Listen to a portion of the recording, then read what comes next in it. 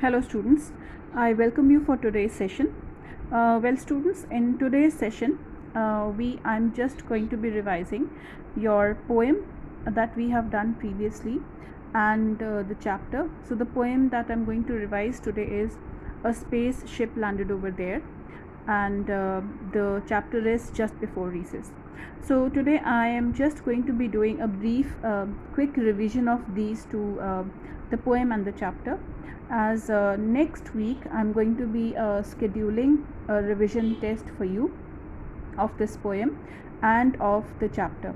Okay, and the test will be on 2nd of September, that is the next Wednesday. Okay, and the test will be taken again in the same format as we have done previously.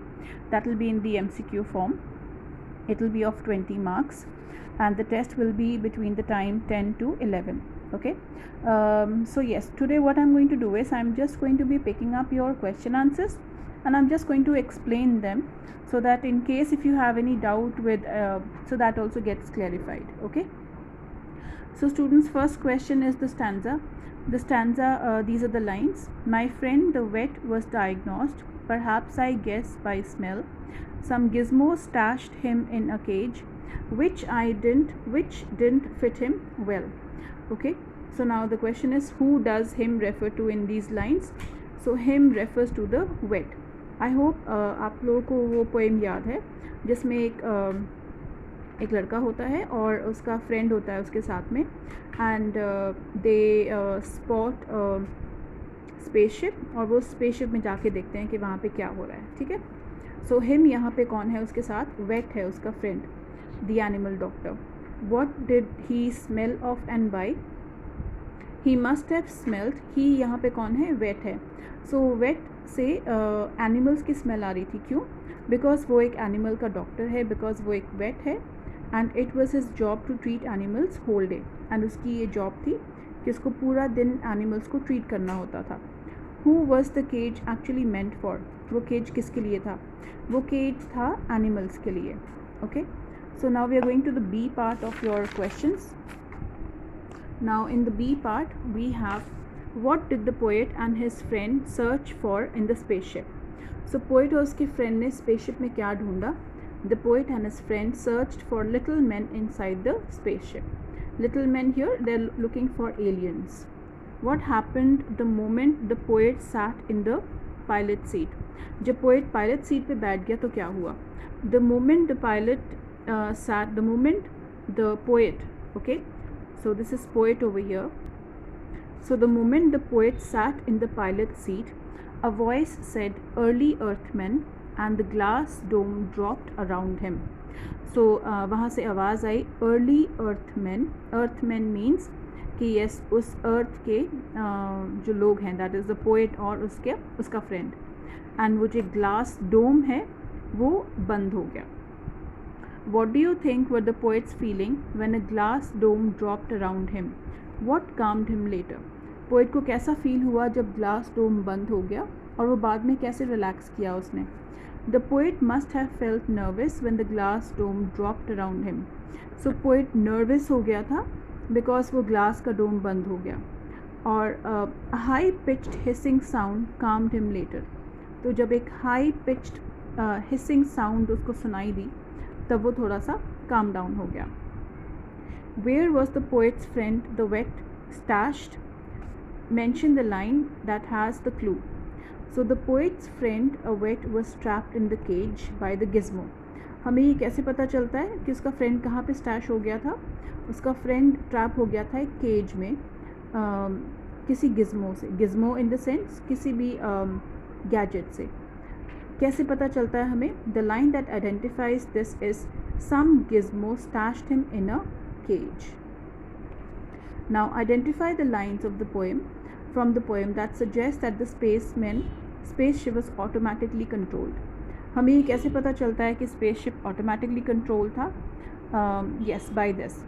The lines that give us the hint that the spaceship was automatically controlled are, a glass dome dropped around, some gizmo stashed him in the cage. अब यहाँ पे हमें पता चलता है glass dome अपने आप drop हो गया. Some gizmo stashed him. I smiled as I selected yes. So जब उसने yes select किया तो उसको yes, that was again yes. So yes के बाद जो हुआ तो that was automatic. Words flashing on the screen. So word अपने आप flash कर रहे हैं screen पे, that is also automatic. Okay. Next. Do you think the poet and the vet were good friends? Give reasons. Yes, the poet and the friend and the vet were good friends because the poet had taken him to explore the spaceship. Also, the poet knew that his friend had not caught cold for many years. तो यहाँ से हमें पता चलता है कि wait और जो पोएट हैं वो अच्छे फ्रेंड्स थे, बिकॉज पोएट उसी को ही साथ लेके जाता है स्पेसशिप को एक्सप्लोर करने के लिए, एंड उसके फ्रेंड को बहुत सालों से कोल्ड फीवर नहीं हुआ था, एक ये भी रीज़न है. सो फ्रॉम मैनी ईयर्स से हमें पता चलता है कि येस वो दोनों एक दूसरे को काफ़ी सालों से जानते हैं. What happen to the vet after he was inoculated. The doctor was inoculated का मतलब होता है इंजेक्टेड विद मेडिसिन, ठीक है, and didn't catch cold for many years. However, he had turned green, and sometimes late at night he swung through the trees. After inoculation, he started behaving like an animal. So हम एक inoculation के बाद क्या होता है, उसे cold कभी नहीं हुआ, and plus वो and थोड़ा सा वो green कलर का उसका skin जो है green कलर में change हो गया था, and late night को वो ट्रीज़ पे झूलता नज़र आता था, एंड वो उसने एनिमल की तरह बिहेव करना शुरू कर दिया था. Okay students, so and this had an activity में आपने पोएम में से राइम वर्ड उठाने थे. राइम वर्ड जैसे एग्जांपल मैंने बताया था आपको, येट, वेट. ओके. एलिट्रेशन का मतलब होता है जब एक ही साउंड के दो वर्ड्स इकट्ठे आ जाएं, ठीक है, जैसे ई एंड ई, अर्ली अर्थमैन, तो ये एक ऑलिट्रेशन है. ओके. सो ऑलिट्रेशन का मतलब होता है that yes, having the same sound, same alphabet words coming in the same line together. So ये आपने फाइंड आउट करना था. Okay. Now let's go over to the next chapter, that is just before recess. Yes students, so just before recess में I will start again with your question answers only. I'm just going to explain that. So इसमें stanza है, before the boy could speak, Mr. Earl threw the desktop open. For a second he stared into it. A white glow reflected off his face. What is this, he said as he reached towards the brightness. So if you remember, इस chapter में एक student होता है, okay, जिसका नाम है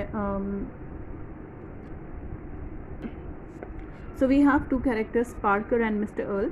Parker के desk में एक स्टोन है जो उससे लगता है कि वो सन की तरह है, ठीक है, एंड मिस्टर अर्ल उसके टीचर होते हैं जो उसको डांटते हैं क्योंकि उसने अपनी बुक्स नहीं निकाली. So let's again revise the question answers. Why did mister Earl throw open the Parker's desk. मतलब मिस्टर अर्ल ने पार्कर का जो डेस्क है वो खोल क्यों दिया. ओके. उसका ऊपर का टॉप जो है वो खोला क्यों. Mister Earl threw open Parker's desk because he thought that Parker was lying about his book not being in the desk. He wanted to open Parker's desk and find the book inside. So mister Earl ने पार्कर का जो desk का top है उन्होंने वो इसलिए खोला था ताकि उनको ये लगा कि पार्कर झूठ बोल रहा है कि उसकी बुक उसके पास नहीं है. तो मिस्टर अर्ल खुद खोल के डेस्क को चेक करना चाहते थे कि उसकी बुक वहाँ पे है या नहीं. Next question, why did mister earl stare at in the desk. Mister Earl ने घूरना क्यों शुरू कर दिया डेस्क के अंदर. Because white glow that reflected of his face. Because वहाँ पे एक वाइट कलर की बहुत ब्राइट लाइट सी थी जो उनके फेस, उसकी रोशनी उनके फेस तक आ रही थी. Okay, what happened as Mr. Earl reached towards the brightness. So जैसे ही Mr. Earl उस रोशनी की तरफ बढ़े तो क्या हुआ. As Mr. Earl reached toward the brightness, he lurched against the desk. So जैसे ही Mr. Earl brightness की तरफ बढ़ते हैं तो वो डेस्क के अंदर अंदर की तरफ धस जाते हैं। लर्च का मतलब अंदर की तरफ चले जाते हैं।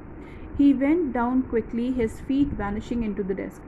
तो अचानक से उस डेस्क ने, उस लाइट ने मिस्टर अर्ल को अपनी तरफ खींच लिया और उनके पैर गायब हो गए और वो भी डेस्क के अंदर गायब हो गए।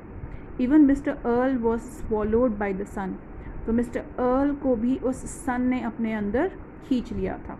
Okay, now next set of questions B, why would mister Earl glance up in a while, what did he glare, his glare mean.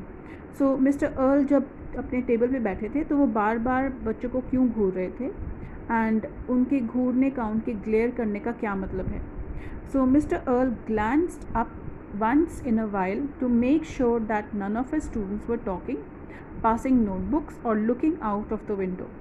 So Mr Earl बार बार बच्चों को देख रहे थे क्योंकि वो ये श्योर करना चाहते थे कि कोई भी स्टूडेंट जो हैं बातें ना करें, अपनी कॉपीज़ इधर उधर पास ऑन ना करें, या फिर कोई खिड़की के बाहर ना देखे। हिज ग्लेयर मतलब वो स्टेयर, उनका घूरना। उनके घूरने का मतलब ये था that Parker's name would soon go up on the board with the other kids who had lost their lunch privileges for the day. So जब मिस्टर अर्ल पार्कर को घूर रहे थे उसका मतलब ये था कि उसका मतलब ये था कि पार्कर का नाम बहुत जल्द ही वो बोर्ड पे लिखने वाले थे, और अगर पार्कर का नाम बोर्ड पे लिखा गया तो इसका मतलब ये है कि वो लंच टाइम में बाहर नहीं जाएगा, या लंच नहीं, उसका कैंसिल हो जाएगा। Okay, next question, what did miss Parker see when he opened his desk to put his lunch box. When Parker opened his desk to put in his lunch box, तो पार्कर ने क्या देखा, इंस्टेड ऑफ पेंसिल बॉक्स, तो उसने अपना pencil box रखा था वहाँ पे, बट उसको पेंसिल बॉक्स भी नहीं मिला, and books that he expected to see, उसको उम्मीद थी कि उसका पेंसिल बॉक्स और बुक्स वहाँ पे होंगी, बट वहाँ पे नहीं था। वहाँ पे क्या था, he saw a cloud swirl in space. So एक छोटा सा बादल बना हुआ था उसके डेस्क के अंदर जो घूम रहा था गोल गोल। Its centre was dull pulsing red glow. उस क्लाउड का सेंटर जो था वो बहुत डिम था और उसके अंदर से एक रेड कलर की लाइट आ रही थी। What made Parker's desktop warm at the bottom of the desk toasty? So Parker का जो डेस्कटॉप था, जो टेबल था, बेंच था, वो थोड़ा सा वार्म क्यों हो गया था। Parker had a sun in his desk. So Parker के डेस्क के अंदर एक स्टोन था जो सन जैसे दिख रहा था, उसकी वजह से उसका जो डेस्क का बॉटम है, ठीक है, नीचे का हिस्सा, वो थोड़ा सा वार्म अप हो गया था। How did the sun inside Parker's desk get him into trouble? So जो sun था उसने पार्कर को ट्रबल में कैसे डाल दिया। The sun inside Parker's desk got him into trouble because उसकी बुक गायब हो गई थी। His book vanished along with everything else into it. So उसकी बुक के साथ साथ उसका पेंसिल बॉक्स, लंच बॉक्स, सारा कुछ उसके अंदर गायब हो गया था। Where do you think the sun in the desk was getting its energy from? जो सन था उसको एनर्जी कहाँ से मिल रही थी। The sun in the desk was getting its energy from the gravel and the twigs that were fed to it by Parker. So Parker रोज़ उस सन के लिए, ग्रेवल का मतलब होता है स्टोन, ट्विग्स का मतलब होता है पेड़ों की टहनियाँ, छोटी छोटी टहनियाँ।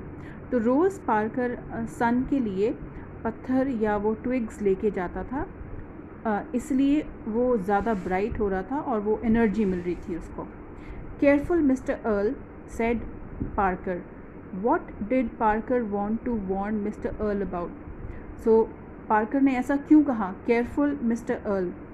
तो पार्कर ने इसलिए ऐसा कहा ताकि Parker wanted to warn mister Earl, क्योंकि पार्कर मिस्टर अर्ल को वार्निंग दे रहा था कि उसके बेंच में, उसके डेस्क के अंदर सन छुपा हुआ है। Next question. Why did you think Mr. Parker would not speak about what was going on inside his desk? So आपको क्यों लगता है कि पार्कर अपने सन के बारे में किसी को कुछ नहीं बताता था। Okay. Parker would not speak about what was going on inside the desk Parker कुछ नहीं किसी को बताता था, बिकॉज ही वॉज अफ्रेड, क्योंकि वो डरता था, that he would be unable to explain the swirling desk. और दूसरी बात ये थी कि उसको ये मुश्किल लग रहा था कि वो कैसे एक्सप्लेन करेगा कि उसके डेस्क के अंदर वो जो क्लाउड है या डस्ट है जो गोल गोल घूम रहा है, और रेड पल्सिंग रेड ग्लो, और वो रेड कलर का ग्लो है, उसमें से लाइट आ रही है, and the sun's pinpoint of light inside his desk, and sun का जो सन बीच में था, सन का पिन पॉइंट जो था उसकी लाइट थी, कि ये तीन चीज़ें वो कैसे एक्सप्लेन करेगा, इसलिए he was afraid. Okay, I hope this answer is clear students. Now going to the next question, that is your last question. Why did a long silence fill the room? What do you think the children's feeling were at the moment? So उस incident के बाद जब mister earl bench desk के अंदर चले गए, गायब हो गए, तो पूरी क्लास में साइलेंस क्यों था एंड बच्चों की क्या फीलिंग थी? When mister earl open Parker's desk, he vanished inside the desk and a long silence filled the room. So जब मिस्टर अर्ल ने पार्कर का डेस्क खोला, वो उसके अंदर गायब हो गए, तो एक लंबी खामोशी छा गई उस रूम में। The children would have been shocked and confused to see Mr. Earl vanishing in the desk. So बच्चे बहुत ज़्यादा घबरा गए थे, शॉक में थे और कंफ्यूज थे कि मिस्टर अर्ल अचानक से डेस्क के अंदर गायब कैसे हो गए, because they did not know about the sun in the Parker's desk, because उनको उस सन के बारे में कुछ नहीं पता था जो पार्कर के डेस्क के अंदर था। Okay, so yes students, I have explained the question answers of the poem and the chapter. I hope it is clear. You will not have any doubt regarding these two things. So be prepared for the test next week on 2nd September 10 to 11. You will receive a file along with this video.